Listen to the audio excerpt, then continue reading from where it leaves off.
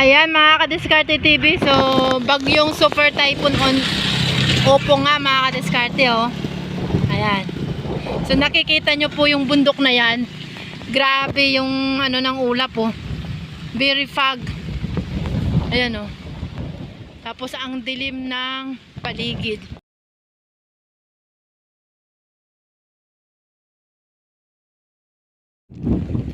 Dike. Ayan, so may semento sa kabila, dito sa kabila wala. So okay naman. Pero isa yung sa kabilang dike may sira.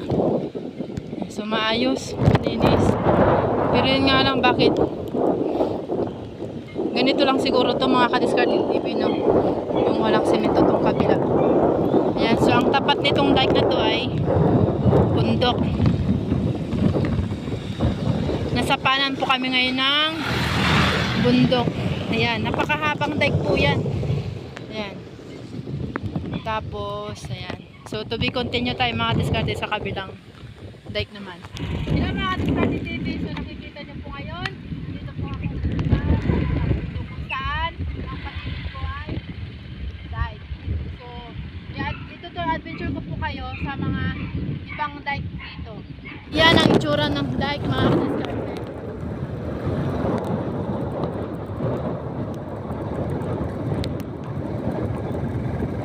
Kahit may bagyong super typhoon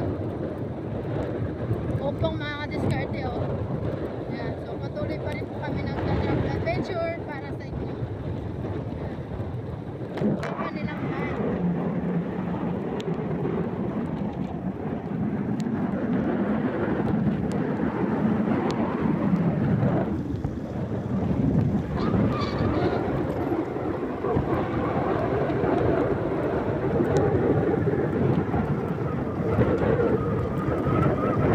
Tapos ang kanilang daan ay medyo may kakyang may sira na siguro. Baka ng matagalan na. Ayan mga Kadiskarte TV, kung saan nakikita nyo po dahil may bagyong super typhoon Opong, so ang level ng dam ay medyo okay naman, pero bahagyang may kunting pagtaas ng tubig dito mga Kadiskarte TV. Ayan, oh. So ganyan ang sitwasyon dito sa dam. And so nababalutan po siya ngayon ng water lily. Nandito po kami ngayon sa dam mga Kadiskarte TV. Sakto nga lang, sinuwerte kami dahil tumila ang lakas ng ulan. Ayan. Hello mga Kadiskarte TV. Nakikita nyo po mga Kadiskarte, medyo lumalim yung tubig dito. Dahil gawa nga ng may bagyong super typhoon Opong. So, ilaksin ko lang kayo kung gaano na kataas.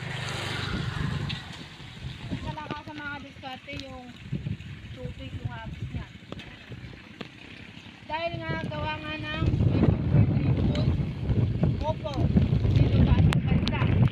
Maraming naapektuhan sa ating mga kababayan, sa mga binabaha dyan. Mag-ingat-ingat lamang po kayo lagi.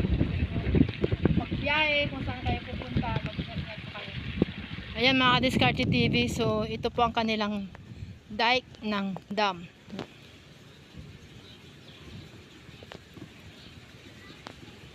Ganyan. Ayan. Ito namang dinadaanan namin mga Kadiskarte TV. Ito yung daanan.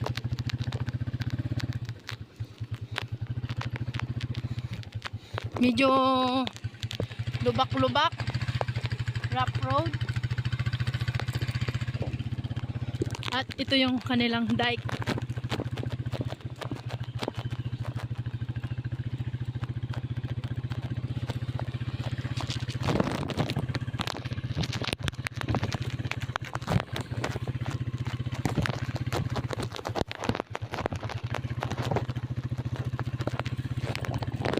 Dapat ito sinemento to, no? No? Baka walang budget.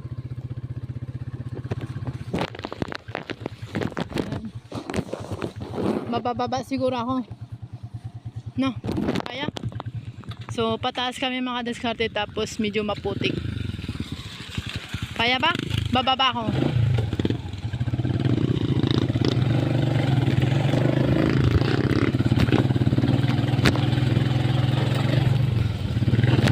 Ayan, so kinaya naman. Baba ako, baba.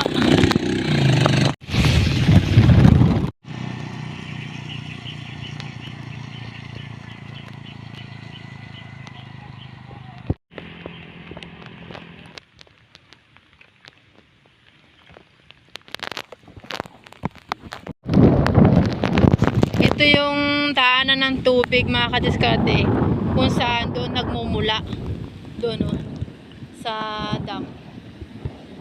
Yan, pwede ka doon tumawid kung gusto mo pumunta doon sa gitna, doon ka dadaan sa magdaanan na yun papunta dito.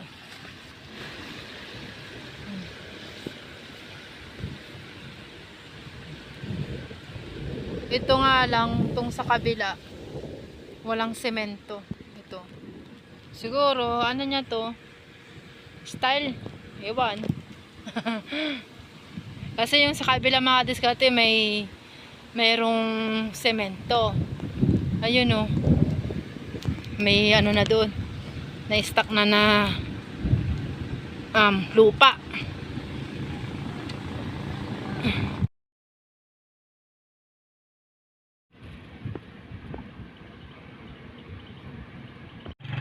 Sira-sirang daan. Gawa siguro mga Diskarte TV na matagal na itong ginawa. Sira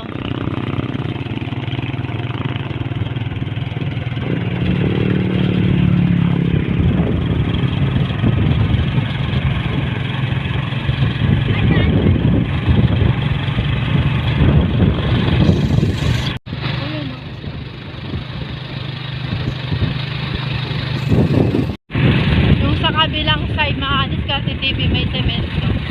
Yung isa wala. Sira na yun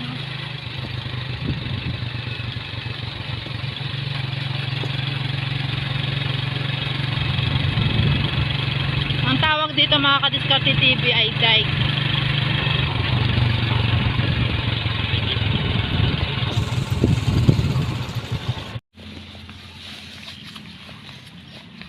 Ayan.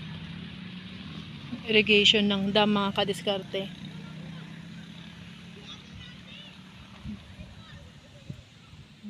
So, sa kabila lang yung may semento.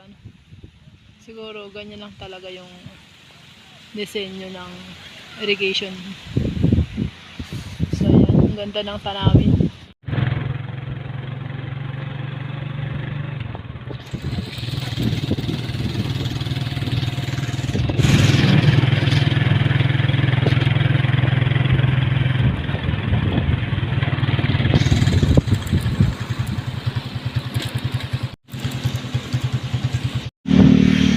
Ayan mga Diskarte TV, so kadugtong po ito ng irrigation ng dam.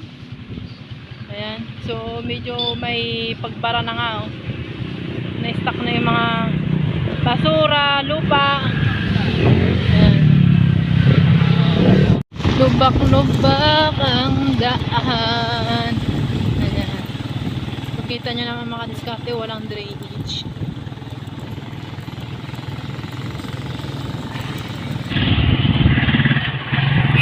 Lubak ang daan.